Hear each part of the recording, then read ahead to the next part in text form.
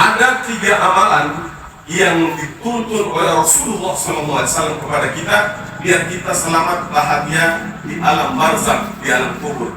Bapak Ibu mau? Saya ini ibarat sales, tawarkan produk dari Rasulullah. Rasulullah punya produk itu ada 3 amalan yang dapat membahagiakan si mayit dalam kubur. Mau Bapak Ibu? Baik, saya awali dengan sebuah kisah. Dahulu itu ada orang kaya, kaya sekali Pak Bu. Beda. DP rumah besar, mewah. DP auto mewah, banyak besar-besar lagi DP mobil. Bukan sekelas Agia itu, besar-besar.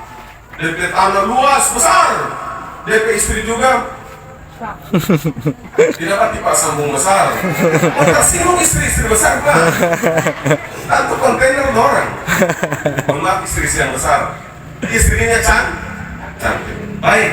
Berlalu kemudian mendekati kematian si ayah ini, dia panggil anaknya 3 orang, 2 perempuan, 2 laki-laki, 1 perempuan. Putih mau dia main. Ada yang di papa mau bilang, di papa ini anggus mereka dekat mati no. Papa cuma mau berpesan ketika di papa mati kalau mau masuk di dalam kubur, tolong kasih pakai di papa kaos kaki yang lubang-lubang itu. Dia anak perempuan tanya maksudnya. Ada kaos kaki di papa di lamarian suka lubang-lubang mau, itu saksi sejarah. Di papa jadi sukses, di papa jadi kaya raya karena kaos kaki itu yang temani. Makanya di papa harus tolong dikubur dengan kaos kaki yang lubang-lubang. Berlalu mati. Datang ustaz sama kubur Pak Ukian. Sebelum dikubur berbutul-butul lah anak-anaknya, butulah. Ada yang mempertahankan harus pakai kaos kaki, ada yang tidak. Karena syariat Islam tidak ada satupun yang dibawa oleh orang mayit yang beriman kecuali kain kafan. Tidak tuntas, datang notaris keluarga. Dia tidak ada kesepakatan, akhirnya notaris keluarga mengusulkan, coba cari siapa tahu di lemari itu ada surat wasiat. Bongkar, ada surat wasiat ternyata. Apa bunyinya? Wahai anak-anakku, ayah tahu pasti kalian akan berbantah-bantahan mengenai kaos kaki ini ketika ayah mati. Hanya satu pesan ayah kepada kalian supaya kalian mengerti bahwa sesukses apapun ayah, sekaya apapun ayah di dunia, ternyata kaos kaki yang lubang-lubang pun tidak boleh masuk dalam kubur. Artinya apa cerita itu? Iya lama putih belon salari kasus sekali ini mau tidak ada yang kita bawa kecuali nah sekarang pertanyaannya, ketika kita di dalam alam kubur di barzakh itu yang alam sunyi menyunyi, tidak ada orang pun di dalam kecuali kita bersama 2 orang namanya siapa? Luar biasa masyarakat tunggal wahai munkar dan ketika kita ingin bahagia, ingin senang di dunia, maka pembahasan pertama kita Rasulullah kasih promosi. Ada 3 amal.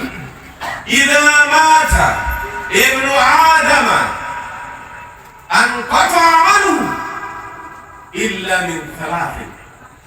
Setiap anak Adam yang mati seluruh amalnya terputus kecuali 3 itu apa? 3. Yang pertama, dengan baik-baik ini, amalan-amalan ringan ini Pak. Shadaqatun jariyah. Sedekah. Sekarang saya tanya, sedekah jariyah itu apa? Yang Ibu tahu, Bapak Ibu tahu? Sedekah yang tidak putus-putus. Sedekah jariyah itu yang amal pahalanya tidak pernah terputus sampai alam kubur, sampai yaumul hisab. Yang kita tahu pada umumnya tidak terputus sampai di kubur ya. Ternyata riwayat lain menyatakan sampai di yaumul hisab di hadapan Allah tidak putus amal itu jariyah. Ada yang tanya, Ustaz, mau buat itu amal jariyah? Amal jariyah itu tidak buat.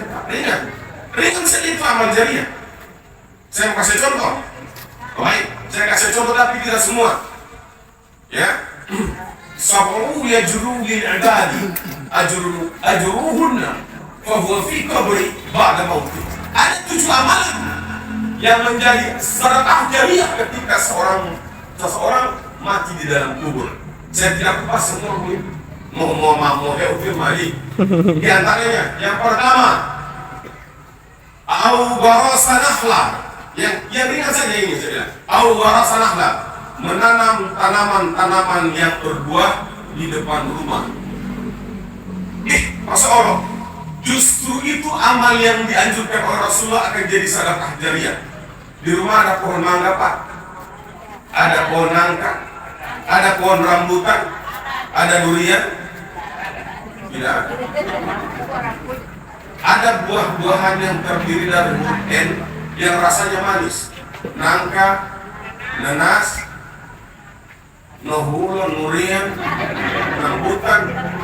Iya Bu. Jadi begini, ketika kita menanam pohon yang berbuah di depan rumah, niat kita sebenarnya untuk apa? Coba saya tanya dulu. Biar kita memurnikan niat ini. Niatnya untuk apa menanam itu? Kalau hanya untuk dikonsumsi bapak dan ibu sekeluarga sendiri, berarti dia tidak akan jadi amal jariah. Itu ilmunya. Kalau bapak menanam itu kemudian meniatkan itu bagi dengan tetangga orang lain, maka dia akan jadi jariah. Setuju?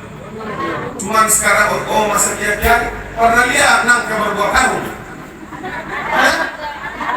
mangga berbuah tas plastik pernah? Jangan pada itu. Soalnya punya itu. Dan punya itu orang. Jangan korek Pak, dia punya itu.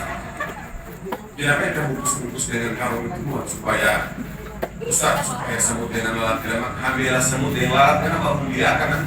Dia boleh manu. Jangan korek harus bungkus-bungkus lagi. Jangan bungkus Pak, kesedia orang lain mau. Iya. Amal ngeri kan jadi jadian. Saya lagi, kalau lama-lama. Au banaya mas.